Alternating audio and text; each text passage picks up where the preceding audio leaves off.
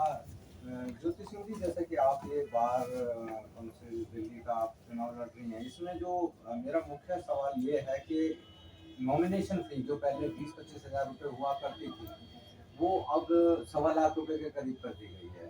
तो इसमें वो भी नॉन रिफंडेबल, इसमें आपको ऐसा नहीं लगता कि ये एक जो आम वकील हैं, जो अभी नए प्रैक्टिस जिन्होंने स्टार्ट किए हैं, जिनके पास में पैसा नहीं है, तो उनको फिल्टर करने के लिए और इसको एक एलीट क्लब बना रहे हैं बार काउंसिल ऑफ दिल्ली को।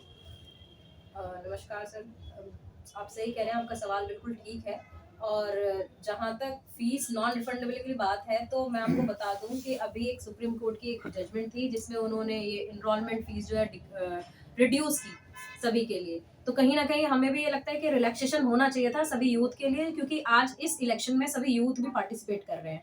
जो बाकी पहले जो पहले पद पर रहे हैं उनके साथ साथ जो बाकी अभी स्ट्रगलिंग टाइम पर है, जो एक लर्निंग स्टेज पर है, वो लोग भी इसमें पार्टिसिपेट कर रहे हैं। तो कहीं ना कहीं उनके लिए रिलैक्सेशन होना चाहिए था। तो उसी सुप्रीम कोर्ट और हाई कोर्ट ने तो आपको कोई इसमें रिलैक्सेशन नहीं दी। हाँ सर, नहीं दी। वो कहीं ना कहीं मैं भी उस चीज़ से सहमत नहीं हूँ। और देखिए, अगर नॉन रिफंडेबल की बात है तो मैं कहीं ना कहीं ये मानती हूँ कि जब जो लोग इच्छुक नहीं है पार्टिसिपेट करने के लिए, जिनको ऐसा लगता है कि उनके अपने जो नॉमिनेशन से विड्रॉल करना चाहिए था, तो कहीं ना कहीं उनकी वो फीस उनको रिफंड कर देनी चाहिए, क्योंकि it's such a big huge amount.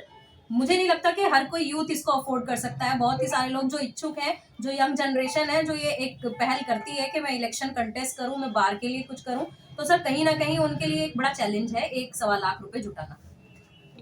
पैसे वाला वकील होना का मतलब ये है कि वो अच्छा लीडर भी है। नहीं सर, ऐसा कुछ नहीं है। आप ऐसा नहीं कह सकते हैं। सारे लीडर सर सब यहीं से बनकर जाते हैं। तो ये कोई ऐसा मुझे नहीं लगता। ये आपका सवाल बिल्कुल वैलिड सवाल है।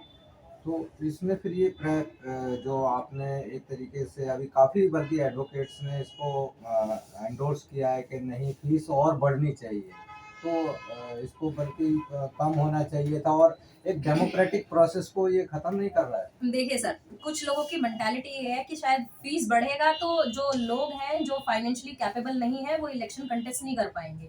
लेकिन जिन्होंने ठान लिया है कि वो इलेक्शन लड़ेंगे, उनके लिए चाहे वो 5 लाख रुपए हो जाए, वो कहीं से भी जुटाएंगे, लेकिन करेंगे।